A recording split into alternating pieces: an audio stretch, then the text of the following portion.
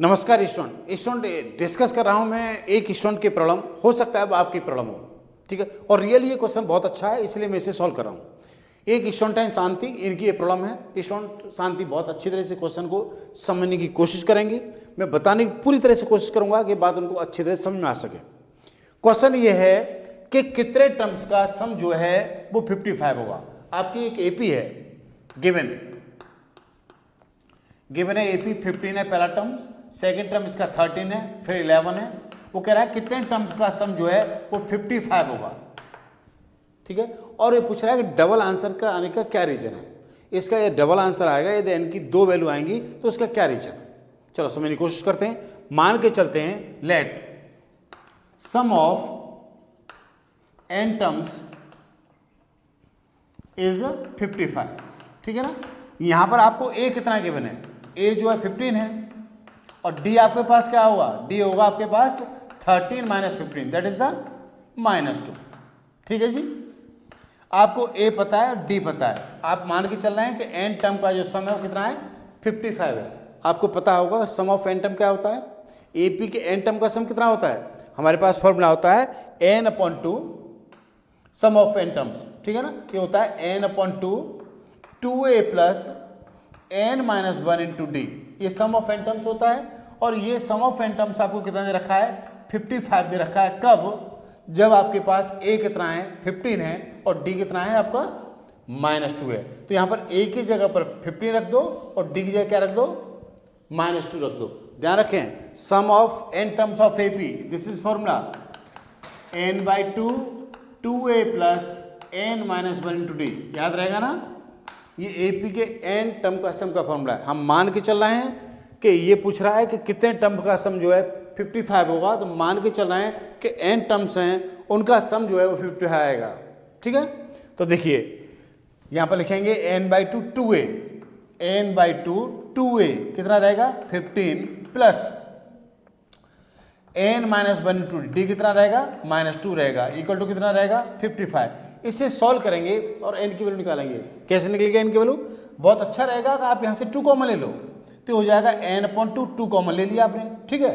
तो यहाँ पर क्या बचेगा 15 बचेगा, यहाँ पर माइनस का n हो जाएगा, ध्यान रखिएगा -n हो जाएगा और ये +1 हो जाएगा, इक्वल टू कितना रहेगा 55 रहेगा, ठीक है।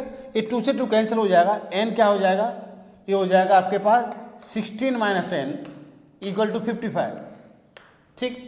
आप इसे मल्टीप्लाई करिए, इसको मल्टीप्लाई करेंगे तो कितना हो जाएगा, ये आ जाएगा आपके पास 16n - n² इक्वल टू 55, ठीक है। आप इसे लिख सकते हो -n² प्लस का 16n माइनस का 55 इक्वल टू 0। ये क्वाड्रेटिक बन गई, ठीक है ना। और इस क्वाड्रेटिक को कैसे सॉल्व करते हैं, मेल टर्म स्प्लिट करके सॉल्व कर सकते हैं, लेकिन अच्छा रहेगा कि पहले इसे माइनस से मल्टीप्लाई कर दो। जब इसको माइनस से मल्टीप्लाई करोगे तो क्या हो जाएगा n² माइनस का 16n और प्लस का 55 इक्वल टू कितना आएगा 0, ठीक है ना। समझ में आ रही है शांति आपको मैं क्या बता रहा हूँ, बहुत अच्छी बात है, ठीक है। ध्यान रखें, हम ध्यान रखना है कि सम ऑफ एन टर्म्स कितना होता है n/2 2a plus n-1 into D होता है। और ये सम जो है हमें 55 टर्म दे रखा है। मान के चल रहे हैं कि एन टर्म का सम जो है वो कितना होगा 55 होगा।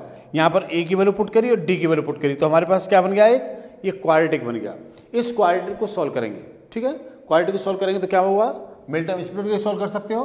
तो यहाँ हो जाएगा n² -11n -5n प्लस 55। ये क्वाड्रेटिक इक्वेशन भी आपके चैप्टर ध्यान रखें, ठीक है। इस तरह का क्वेश्चन क्वाड्रेटिक इक्वेशन सॉल्व करने के लिए 2 नंबर का आ सकता है आपके एग्जाम में, है। मिल टर्म को स्प्लिट करेंगे, मल्टीप्लाई करने पर आपको कितना चाहिए 55 चाहिए, और इनको ऐड करने पर आपको कितना चाहिए -16 चाहिए। आप इन दोनों में से कॉमन ले लीजिए, यहां से n कॉमन लेंगे तो क्या होगा n-11 आएगा, -5 कॉमन ले लीजिए तो n-11 आएगा, इक्वल टू कितना आएगा 0। तो यहां से लिखेंगे n-11 और यहां से आएगा n-5 इक्वल टू 0। इसका मतलब है कि n जो है 5 आएगा और n कितना आएगा 11 आएगा। इसका मतलब ये हुआ कि आपके 5 जो टर्म्स हैं उनका सम भी कितना होगा 5 होगा। यहां से ध्यान रखें, यहां लिख देता हूं a1 a2 a3 a4 5 6 7 8 9 10 और 11, ठीक है। यहां से लेकर 5 जो टर्म्स हैं इनका सम भी कितना आएगा आपका 55 आएगा, ठीक है। और ध्यान रखिए यहां से लेकर यहां तक का सम भी कितना आएगा पूरा, ये भी 55 आएगा। इसका मीनिंग क्या हुआ, इसका मीनिंग हुआ कि यहां से लेकर यहां तक ये टर्म्स है ना उनका जो सम आएगा वो कितना आएगा 0 आएगा। 6 टर्म से लेके यहां तक ये टर्म्स हैं उनका सम कितना मिलेगा 0 मिलेगा, और यहां से यहां तक का सम कितना मिलेगा 55 मिलेगा। तो आप ये भी कह सकते हो कि यहां से लेकर यहां तक का सम भी कितना मिलेगा आपको 55 मिलेगा। तो लास्ट के जो टर्म्स हैं, लास्ट के कितने टर्म्स हैं 1 2 3 4 5 और 6, लास्ट के 6 टर्म जो हैं उनका सम कितना होगा 0 होगा।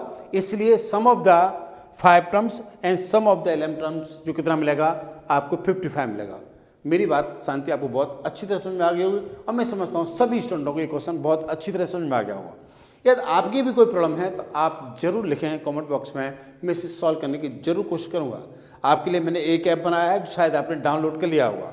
यदि आप उस ऐप को डाउनलोड करना चाहते हो तो उसका लिंक मैं आपको डिस्क्रिप्शन में दे रहा हूँ, और इस तरह के और बहुत सारी वीडियो देखना चाहते हो तो बहुत सारी वीडियो भी डिस्क्रिप्शन अवेलेबल है, आप जाकर उनको देख सकते हो। वो आपके बोर्ड एग्जाम के लिए रियली बहुत इंपॉर्टेंट है। एक बार उनको करने की जरूर कोशिश करें, किसी तरह का टेंशन नहीं लेना है, ध्यान रखें। टेंशन लेने से समस्या और बढ़ेंगी। प्री बोर्ड आपके आने वाले हैं, बहुत ईमानदारी से बैठ के काम करें, तसल्ली से काम करें। पहले एनसीईआरटी को करें, एनसीईआरटी के बाद में मैं जो आपको एक्स्ट्रा क्वेश्चन दिए हैं ऐप में उनको करने की कोशिश करें। आपको मैं सैम्पल पेपर दूंगा, उन सैम्पल पेपर को सॉल्व करने की कोशिश करें, आपके नंबर बहुत अच्छे आएंगे। Thank you very much, thank you.